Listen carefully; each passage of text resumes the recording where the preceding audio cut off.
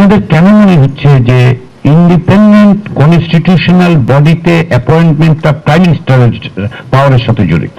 এই ধারণাটা মনে হওয়ার নয়, এই ধারণাটা হচ্ছে যারা রাষ্ট্র পরিচালনার অভিজ্ঞতা আছে, যারা পার্লামেন্টের অভিজ্ঞতা আছে, যারা সরকার পরিচালনা করেছে, তাদের অভিজ্ঞতা হচ্ছে যদি এই অথরিটিগুলো অন্য কোনো বডি ঠিক করে আইন ছাড়া, তাহলে পরে যা হতে পারে যে প্রধানমন্ত্রীকে প্রতি পদে পদে রাষ্ট্র পরিচালনায় বাধাপ্রাপ্ত হতে হবে। সেজন্য বলছি ইন্ডিপেন্ডেন্ট আইন করে আইনের মধ্যে সার্চ বডি করে করেন না, আমাদের তো আপত্তি নাই। না, আপনি আইনের কথা বলছেন, আমি একটু দৃশ্যত বিতর্ক কিন্তু আলোচনা প্লিজ আলোচনা। আমার প্রশ্নটা হচ্ছে যে যে সাংবিধানিক প্রতিষ্ঠানগুলো স্বাধীন, যেখানে প্রধানমন্ত্রীর হস্তক্ষেপ আসলে সংবিধান বহির্ভূত, সেই ক্ষেত্রে সংবিধান যদি লিখে বলে যে প্রধানমন্ত্রীর হস্তক্ষেপ থাকবে না, তাহলে এটা সংবিধানে কি অর্থে এটা প্রধানমন্ত্রীর ক্ষমতা কর্ম? এখানে বুঝার ব্যাসকম হচ্ছে আপনি যে সার্চ কমিটি অথবা এই কমিটির কথা বলছেন, সেই সার্চ কমিটি এটা যদি আইনের মধ্যে আপনি অন্তর্ভুক্ত করেন, তাইলে আর সংবিধানে তাই নিয়োগ কমিটি বলতে আর কিছু লাগে না। না সালাউদ্দিন ভাই, সমস্যা সংবিধানে আনতে হবে।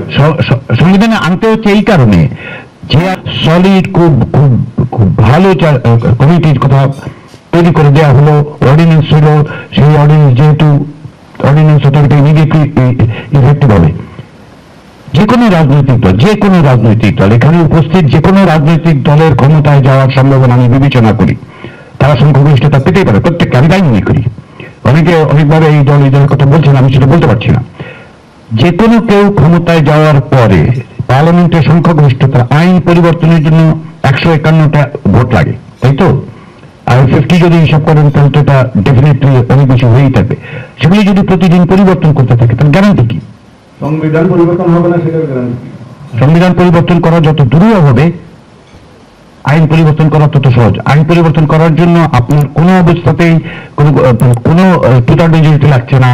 আপনি যদি দুটো হাউসের কাছে যেতে হচ্ছে না।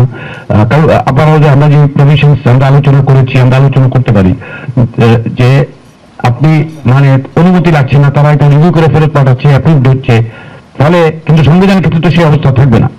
আইনের ক্ষেত্রে তাহলে আমরা এখানে আলোচনা করে সংস্কার কমিশনের সাথে একটা জাতীয় ঐক্যমত্য প্রতিষ্ঠার জন্য যে প্রচেষ্টাটা নিয়েছি, সেটা কি কোনো মানে আছে? আমরা তো এখানে একমত হচ্ছি আইনগুলো এভাবে পরিবর্তন হবে, আমরা সেটা জাতীয় সমাজে তৈরি করছি। সেই হিসাবে যদি আবার আপনি মনে করেন যে এগুলা যারা মেজরিটি পাবে তারা পরিবর্তন করবে, তারা আবার সংবিধানে পরিবর্তন করবে, তাহলে এত বিষয় আমরা একটা পরিবর্তিত পরিস্থিতির মধ্যেই তো এখানে বসছি যে একটা জাতীয় ঐক্যমত্য হবে, সেই জায়গা থেকে আমরা একটা জাতীয় সনদ শুরু করবো এবং সেটা ইমপ্লিমেন্ট করব। সেই ট্রাস্টটা যদি না রাখতে পারেন, তাহলে পরে ভবিষ্যতে যাই আপনি সংবিধান সংশোধন করবেন, সেটাও তো পরিবর্তন হবে না, এই ট্রাস্ট তো রাখা যাচ্ছে না। তো সুতরাং বলছি গুড ফেথ, আমরা যেহেতু সবকিছু ছাড় দিয়ে এই পর্যন্ত, অনেকে বলছে 15 বছর 50 বছর, না 10 বছরই ফিক্স থাকেন, তবে ফাংশন করতে দেন এবং এই বডিগুলো আইনের মাধ্যমে আনেন, ওখানে ট্রান্সপারেন্সি অ্যাকাউন্টেবিলিটি আনেন। আমি খুব যুক্তিসঙ্গতভাবে বলছি যে পাওয়ার ব্যালেন্সের জন্য অন্যান্য অর্গানাইজেশনগুলো, ডেমোক্রেটিক অর্গানাইজেশনগুলো আমরা একই সাথে কনস্টিটিউশনাল অর্গানাইজেশনগুলোকে স্ট্রেনথেন করি, সেই বিষয়ে একটা কনসেন্সাস আছে।